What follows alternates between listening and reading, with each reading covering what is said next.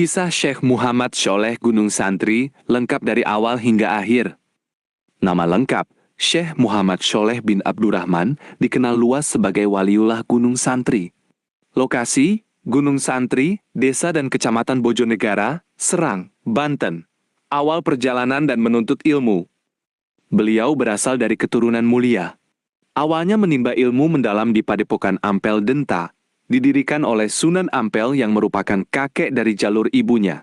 Setelah matang ilmunya, beliau melanjutkan perjalanan menghadap Sunan Gunung Jati di Cirebon, menjadi murid kesayangan dan dipercaya penuh. Sunan Gunung Jati kemudian memberi tugas berat. Pergilah ke wilayah barat Pulau Jawa Tanah Banten. Cari putraku, Maulana Hasanuddin, yang lama tidak pulang. Sambil terus berdakwah menyebarkan cahaya Islam. Saat itu Banten masih berpusat di Banten Girang, berada di bawah kerajaan Pajajaran pimpinan Prabu Pucuk Umun. Pertemuan dan pilihan menetap.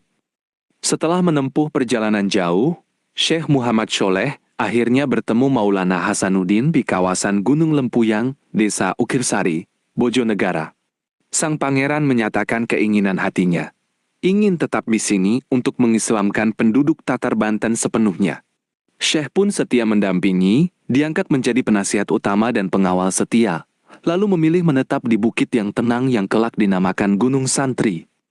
Di sana beliau hidup sederhana, berdakwah dengan lembut dan juga bertani, agar Islam diterima hati tanpa paksaan, didampingi murid-murid setia, Malik Israel, Ali, Akbar, dan lainnya. Ujian besar dan karomah, adu ayam jago. Kekuatan Islam semakin besar, membuat Prabu Pucuk Umun merasa terancam. Beliau mengajukan tantangan adat, adu ayam jago. Siapa menang, berhak menguasai seluruh wilayah Banten. Sultan Hasanuddin menerima tantangan, namun ayamnya kalah berturut-turut. Syekh Muhammad Sholeh berdoa memohon pertolongan Allah, lalu dengan izin Tuhan, beliau berubah wujud menjadi ayam jago putih bersih, bertanduk emas yang sangat sakti, dan mengalahkan ayam lawan sepenuhnya. Prabu yang kalah akhirnya memilih mundur jauh ke pedalaman pegunungan wilayah yang kini menjadi kediaman suku Baduy yang tetap teguh memegang adat leluhur hingga sekarang. Dakwah di Gunung Santri. Dari bukit itu, nama Gunung Santri terpelihara. Tempat ulama, murid, dan pencari kebenaran berkumpul, belajar, dan bertirakat. Bahkan Sultan Hasanuddin sering datang beribadah dan memperkuat hati sebelum berhadapan dengan kekuatan lawan. Beliau dikenal berilmu tinggi, berakhlak mulia, tutur santun, dan memiliki wibawa yang menyejukkan hati siapapun yang bertamu. Wafat dan karomah keranda terbang. Syekh Muhammad Sholeh terus mengabdi hingga akhir hayatnya, wafat tahun 1550 Masehi, berusia genap 76 tahun. Lokasi pemakaman, puncak Gunung Santri yang saat itu masih hutan lebat dan belum ada jalan naik. Keajaiban terjadi.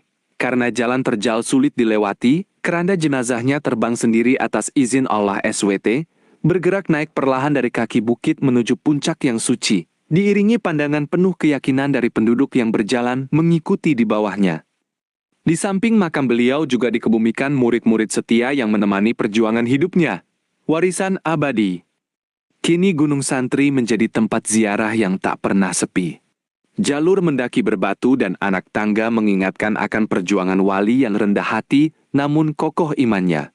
Pemandangan puncak terbentang ke arah laut utara dan perbukitan hijau, damai dan berkah. Syekh Muhammad Sholeh dikenang selalu. Murid setia, penasihat teguh, pendakwah damai, pemenang pertarungan dengan jalan karomah ilahi, dan wali yang makamnya didekati dengan penuh rasa hormat serta harapan doa yang mustajab.